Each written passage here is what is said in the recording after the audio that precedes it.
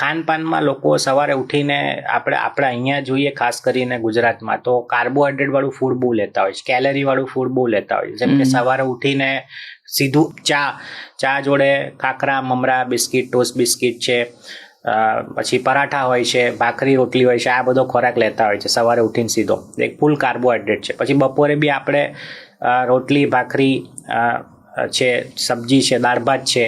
પછી ખાધા પછી પાછું ફરસાણ, નમકીન કાં તો કંઈક મીઠી વસ્તુ જોઈએ ખાવા. 4 વાગે થાય એટલે પાછું એમ થાય કે હવે તો ચા પીવી જ પડશે.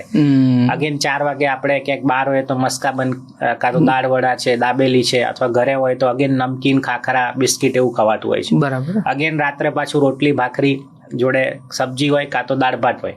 તો આખા દિવસનું તમે જોશો તો કાર્બોહાઈડ્રેટ વાળું ફૂડ વધારે લેતા હોય છે.